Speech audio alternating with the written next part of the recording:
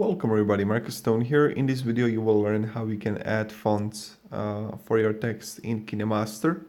So what you want to do first is just click on a layer and then click on a text, add a random text, whatever, click OK.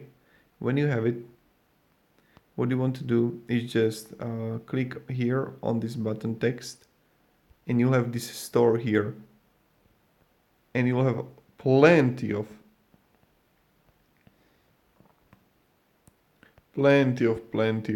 here the fonts.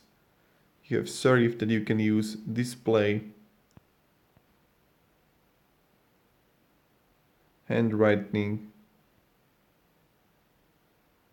and you'll have also many languages here. So I'm going to use, for example, this national park, download.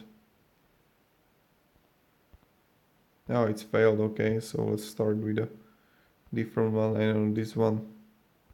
Yep, it's bugged right now, but this is how we do it. So that's kind of it. Thank you very much for watching. If you enjoyed this video, you can press the subscribe button. I will be really thankful for that. And yeah, thank you everyone. Have a great day and see ya in the next video.